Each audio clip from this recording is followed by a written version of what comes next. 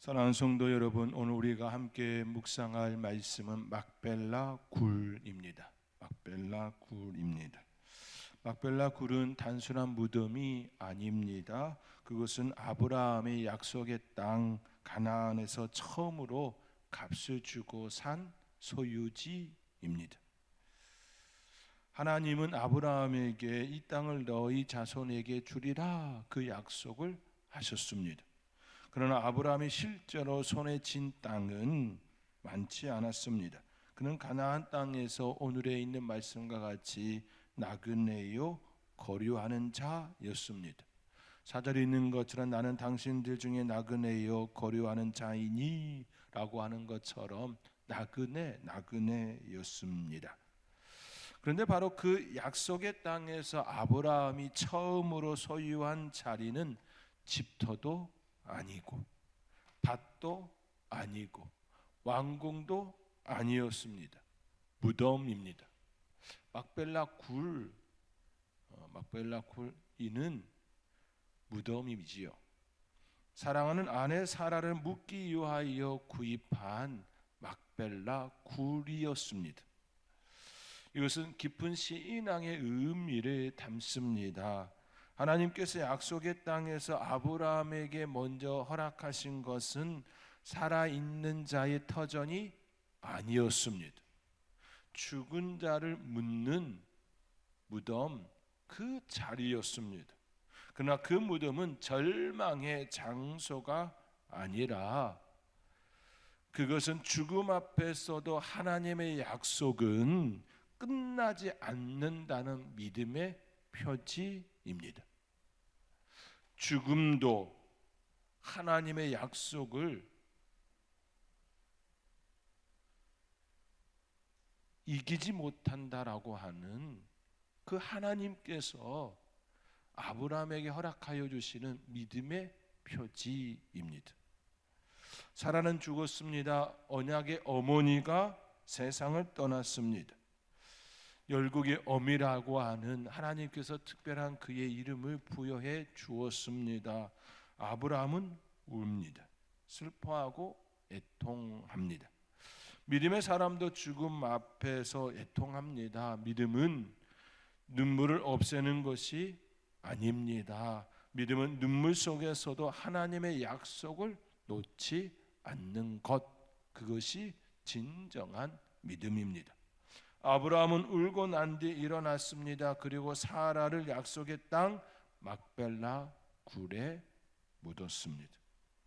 그것은 이런 고백과 같은 것이지요. 하나님, 사라가 죽었습니다. 그러나 하나님의 약속은 죽지 않았습니다. 사람은 떠났지만 하나님의 말씀은 떠나지 않았습니다. 내 눈앞에는 죽음이 있지만 하나님의 언약은 여전히 살아 있습니다. 이 말을 조금 다르게 표현하면 나의 아내는 죽었지만 그 아내를 통하여 낳은 자식, 또 그 자식들을 통하여 하나님께서 약속하신 그 약속이 실현되어질 줄 저는 믿습니다. 막벨라 굴, 이 굴은 단순히 내 아내를 묻는 굴이 아니라, 무덤이 아니라 하나님의 약속의 상징입니다. 아주 큰 의미가 여기에 있습니다. 이것이 막벨라 굴의 첫 번째 의미입니다. 막벨라 굴은 죽음 앞에서도 약속이 끝나지 않음을 보여주는 하나님께서 아브라함에게 허락하신 선물입니다. 아브라함은 그 굴에 사라를 묻었습니다. 그리고 훗날 아브라함 자신도 그곳에 묻혔습니다. 아브라함은 평생 하나님의 뜻을 따라, 하나님의 약속을 따라 산 사람입니다.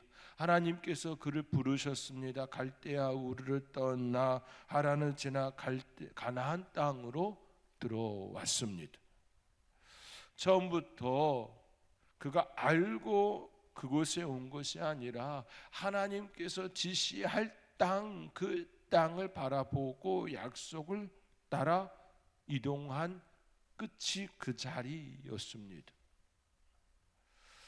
그러나 그는 그 땅을 다 소유하지 못했습니다. 후손이 하늘의 별처럼 많아지는 것도 다 보지 못했습니다. 한번 보시기 바랍니다. 아브라함이 그의 후손을 얼마나 보고 죽었을까요? 그렇게 많지가 않습니다.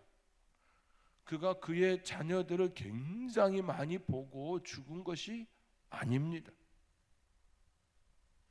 약속의 성취를 자기의 생전에 살아있는 동안에 확인한 인물이 아닙니다. 완전히 확인하지 못한 채 죽음에 이르게 되었습니다. 그러나 그는 믿었습니다. 하나님께서 말씀하신 것은 반드시 이루어진다고 믿었습니다. 그래서 아브라함이 막벨라 굴에 묻혔다는 것은 단순한 장례가 아닙니다. 그것은 그의 마지막 신앙 고백입니다.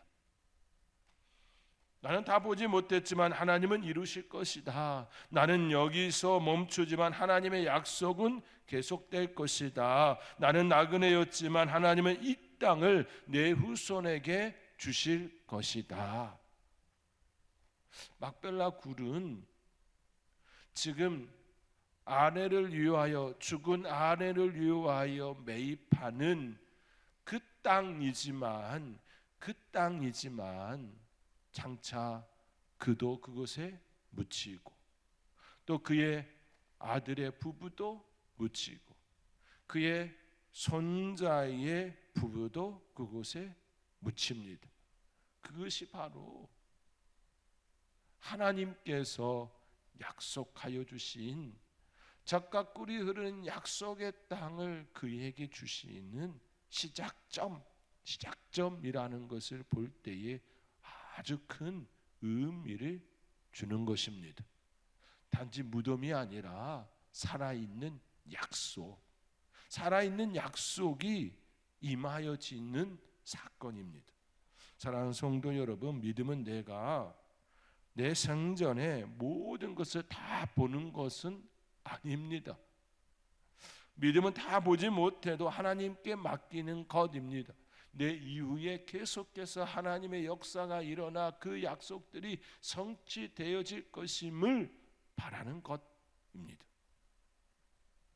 내 눈앞에 완성이 없어도 하나님의 약속이 완성을 향해 가고 있음을 신뢰하는 것, 이것이 바로 막벨라 굴의 두 번째 의미입니다. 막벨라 굴은 나그네 인생이 하나님 약속 안에서 맞춰지는 끝을 맺는 자리입니다. 그에게는 끝이지만 하나님은 여전히 진행 중입니다. 그리고 막벨라 굴은 한 사람의 무덤으로 끝나지 않았지요. 그곳에 사라와 아브라함만 묻힌 것이 아닙니다. 이후 이삭과 리브가, 그리고 야곱과 레아가 그곳에 묻혔습니다. 특별히 여기서 우리는 야곱의 장래 유언을 깊이 보아야 합니다. 야곱은 애굽에서 죽음을 맞이했습니다. 그때 애굽에서 죽음을 앞두고 아들들에게 이렇게 이야기하지요. 나를 햇사람 에브론의 밭에 있는 굴에, 막벨라 굴이지요, 그 굴에 우리 조상들과 함께 장사하라 말합니다. 아버지와 함께, 할아버지와 함께 나를 그곳에 묻혀달라 이야기함입니다. 야곱은 애굽에서 죽었습니다. 그의 아들 요셉은 애굽의 총리였습니다. 애굽에는 화려한 무덤도 많았습니다. 애굽의 총리인 아들이 애굽 땅에 무덤을 준비하였으면 어떻게 준비하였을까요? 초라하게요? 아니지요. 화려하게요. 멋진, 정말로 많은 사람들이 볼 때에 와 할 정도의 모습이었을 겁니다. 그런데 야곱은 애굽 땅에 자기가 묻힐 무덤을 준비하라고 하지를 않습니다. 나를 햇사람 에브론의 밭에 있는 굴에 우리 조상들과 함께 장사하라고 유언합니다. 권력과 명예를 담은 장례가 충분히 가능했습니다. 그러나 야곱은 애굽에 묻히기를 원하지 아니하고 아버지와 할아버지가 묻힌 그곳에 묻히기를 원하였습니다. 왜 그랬습니까? 야곱은 죽음 앞에서도 하나님의 약속을 바라보았기 때문입니다. 그가 형을 속이고 아버지를 속이고 축복을 받고 그로 인하여 형의 그 분노 가운데에 어머니가 급히 그들을 그의 삼촌의 집에 보낼 때에 급히 아버지의 집을 떠나게 됩니다. 그때 그가 밤을 잠을 청하였을 때에 하나님께서 그에게 나타나 약속하셨지요. 약속하셨습니다. 돌아오리라고 하는 약속이었습니다. 그리고 그가 삼촌의 집에서 양을 키우고 양을 얻고 염소를 키우고 염소를 얻고 그가 결국 돌아오지요. 그의 아내들과 자녀들과 함께 돌아옵니다. 하나님은 그에게 약속하셨고 돌아오게 하는 그 은혜를 그는 보았습니다. 약속은 성취된다라는 것을 그는 그의 몸소 경험했습니다. 그렇기에 그가 아들 애굽의 총리로 있는 요셉의 손을 따라 애굽의 바로 앞에 나아갔을 때에 그를 축복하는 자 되어짐이었습니다. 나는 험악한 세월을 살았노라고 하면서도 그는 바로에게 축복하는 자가 되었습니다. 그렇게 할 수 있는 이유가 어디에 있었겠습니까? 그가 애굽의 바로에게 축복할 수 있는 이유가 어디에 있었겠습니까? 하나님을 만난 은혜입니다. 하나님께서 주신 약속이 성취되어진 그 모든 과정을 보았기에 그는 당당히 나는 험악한 세월을 살았노라고 하면서도 축복하는 자가 될 수 있었습니다. 그런 그가 약속을 따라 약속을 바라보며 그 은혜 속에 막벨라 굴에 자기가 묻혀지기를 바라는 건 당연한 것 아니겠습니까? 아주 의미 있는 고백일 수밖에 없습니다. 알았기에 경험했기에 체험했기에 결코 놓을 수 없는 하나님의 약속. 그 약속이 어디에 있었습니까?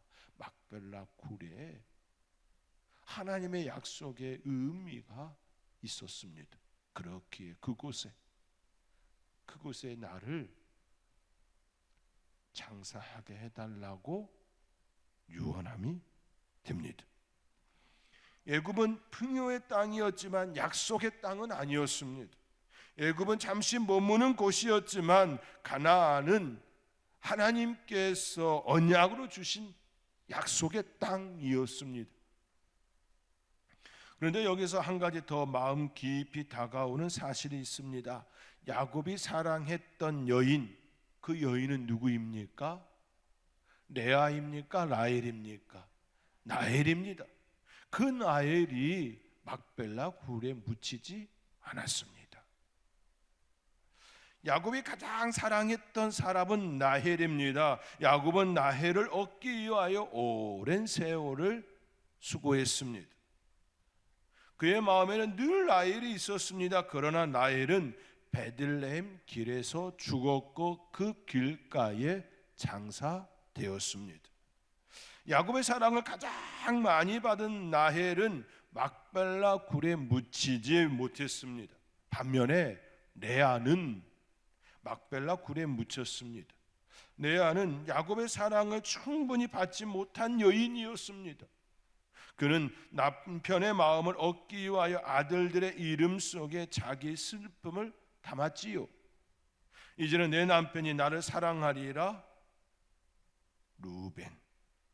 루벤이라는 그 이름 속에 자기의 소망을 담았습니다. 이제는 내 남편이 나를 사랑하리라. 그런데 그랬나요? 예. 이제는 내 남편이 나와 연합하리라.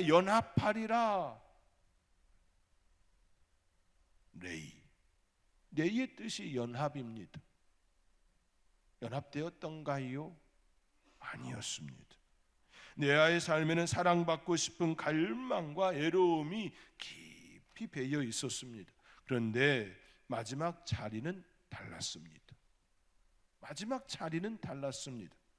야곱이 죽음을 앞두고 돌아가고자 한 곳, 조상들과 함께 묻히고자 한 곳, 언약의 계보가 머무는 곳에는 라헬이 아니라 레아가 있었습니다. 이 사실은 우리에게 조용하지만 아주 깊은 메시지를 줍니다. 사람의 사랑과 하나님의 섭리가 항상 같은 방식으로 움직이지는 않습니다. 사람의 사랑과 하나님의 섭리는 항상 동일한 그 결과를 낳지를 않습니다. 야곱의 마음에는 라헬이 더 컸지만 하나님의 언약의 흐름 속에서는 레아를 통하여 유다가 태어났고 유다를 통하여 다윗이 나오고 마침내 그 계보를 따라 예수 그리스도가 이 땅에 왔습니다. 사람의 사랑과 하나님의 섭리는 동일한 방식으로 나타나지 않습니다. 라헬은 야곱의 사랑을 받은 여인이었지만 레아는 하나님의 구속사 속에 깊이 품어진 여인이 되었습니다.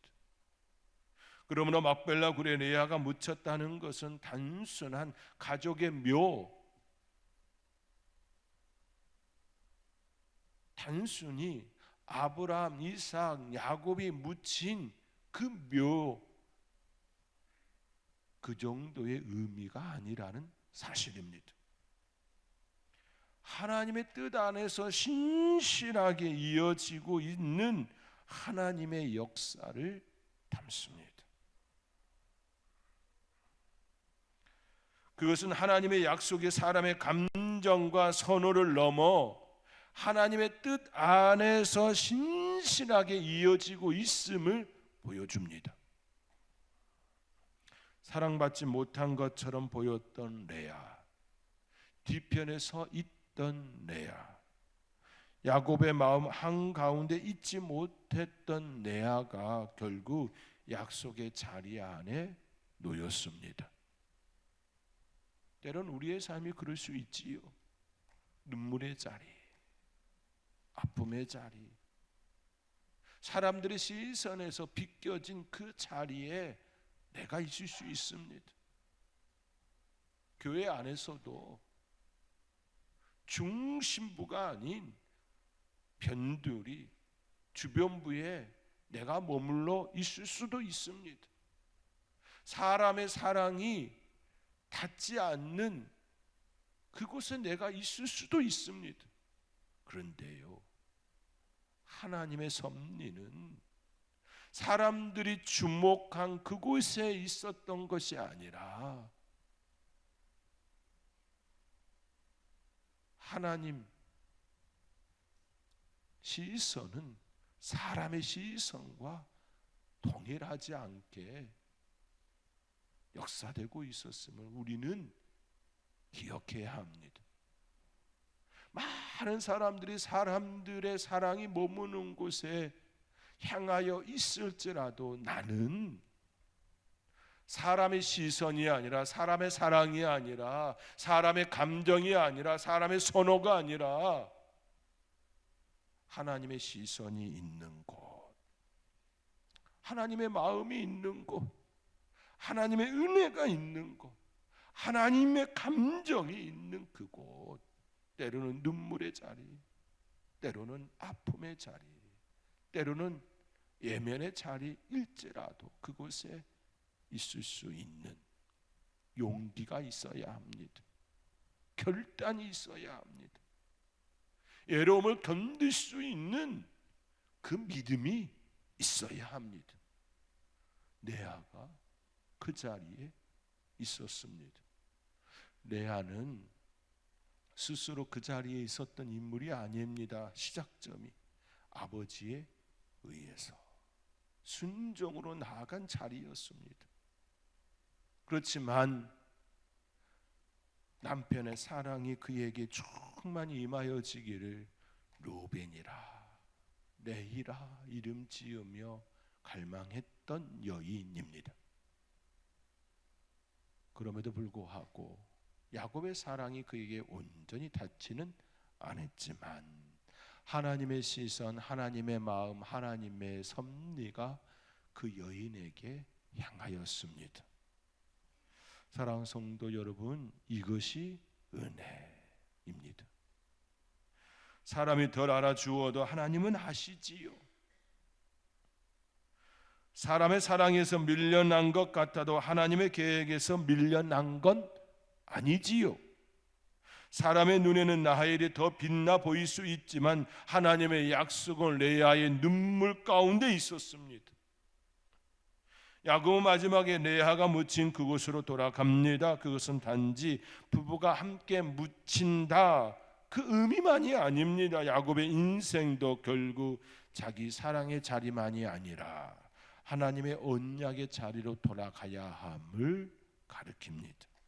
이것이 막벨라 굴, 오늘 본문에 나오는 막벨라 굴의 세 번째 의미입니다.